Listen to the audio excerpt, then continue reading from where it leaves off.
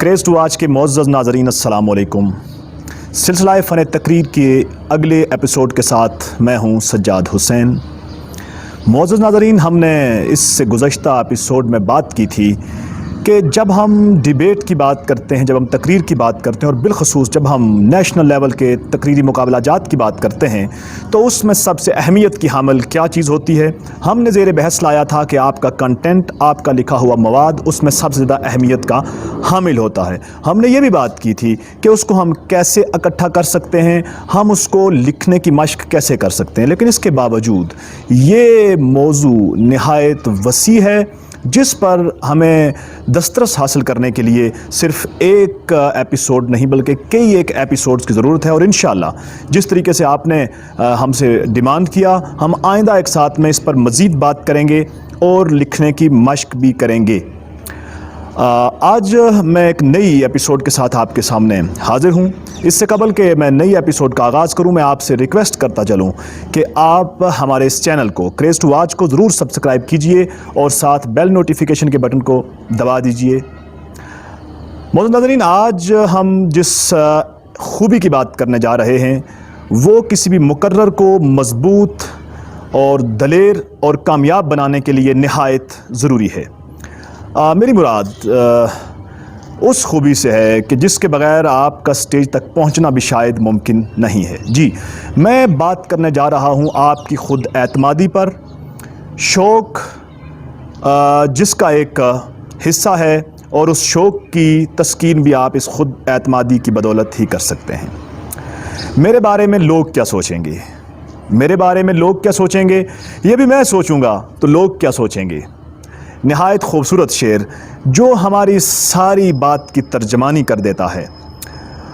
معزز ناظرین، میں آپ کو ایک چھوٹی سی بات سنانا چاہتا ہوں۔ معزز ناظرین، ڈگری کالج کے نوٹس بورڈ پر ایک نوٹس آویزاں ہوتا ہے۔ یہ 2005 کے اکتوبر کی بات ہے، اور نوٹس بورڈ پر لگے ہوئے نوٹس میں یہ مینشن ہے کہ 24 اکتوبر کو یوم تاسیس کے موقع پر ایک تقریری مقابلہ منعقد ہونے جا رہا ہے۔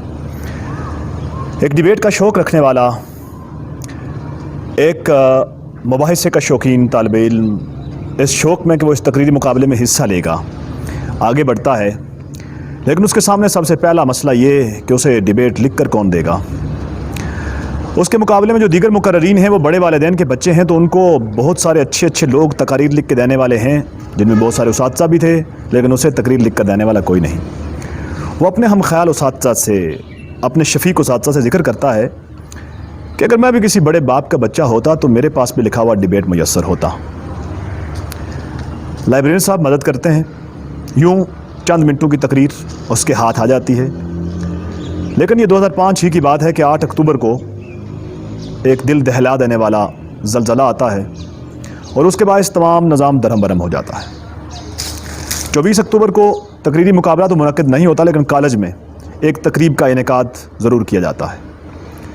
جانے پہچانے نامی گرامی مقررین اسٹوڈنٹ ڈیبیٹرز کو ناظم اسٹیج پر دعوت دیتے ہیں اور ان کو اظہار خیال کے لیے کہتے ہیں۔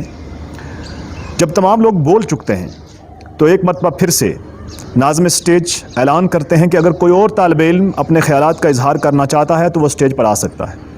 ذرا سوچئے، وہ آدمی جس نے پہلے کبھی تقریر نہ کی ہو، جس کے پاس مفید لکھا ہوا میٹیریل موجود نہ ہو، جس کے پاس کچھ بھی میسر نہ ہو، لیکن صرف شوق اور خود اعتمادی، جرت، ان کی بنیاد پر ان کو وہ اپنے ہتھیار بناتا ہے اور اٹھ کھڑا ہوتا ہے۔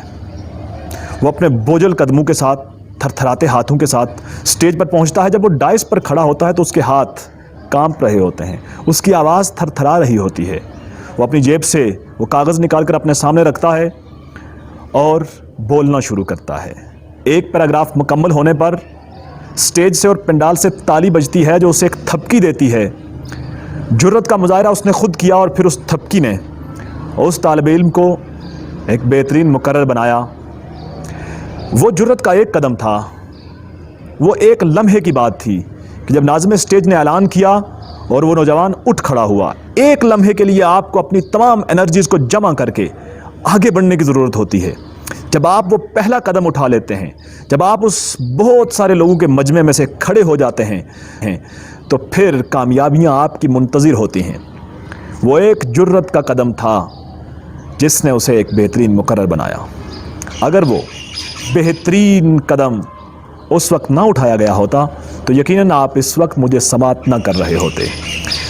تو تقریر کا شوق رکھنے والے میرے تمام معززین، میں آپ سے یہ کہنا چاہوں گا کہ آپ نے ایک مرتبہ بھرپور کرج کا مظاہرہ کرنا ہے۔ آپ نے ایک مرتبہ تمام مشکلات کو پس پشت ڈالنا ہے اور آپ نے آگے بڑھنا ہے۔ میں نے آغاز میں یہ شعر پڑھا تھا، آپ کو اس شعر کا حوالہ دیا تھا کہ میرے بارے میں لوگ کیا سوچیں گے۔ اگر یہ بھی میں سوچوں گا تو پھر لوگ کیا سوچیں گے؟ لوگوں نے جو سوچنا ہے وہ ان پر چھوڑ دیجئے۔ آغاز ہمیشہ مشکل میں ہوا کرتے ہیں۔ پہلے دن کوئی کسی بھی کام کا ماہر نہیں ہوتا۔ جب بچہ چلنا شروع کرتا ہے تو پہلے وہ لڑکھڑاتا ہے، وہ گرتا ہے۔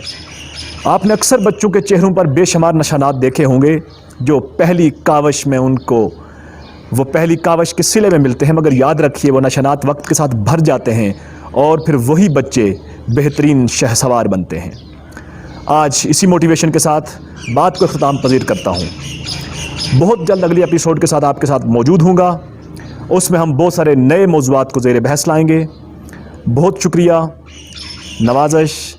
آخر ایک مرتبہ پھر آپ سے گزارش کرنا چاہوں گا کہ ہمارے چینل کو ضرور سبسکرائب کیجئے، ساتھ بیل نوٹیفیکیشن کے بٹن کو دبا دیجئے۔ ہم آپ کے لیے کام کر رہے ہیں۔ مجھے امید ہے کہ آپ ضرور اس سے استفادہ کریں گے اور تقریر کے شوقین دیگر اپنے دوستوں اور ساتھیوں کو بھی لائیں گے اس چینل میں۔ بہت شکریہ۔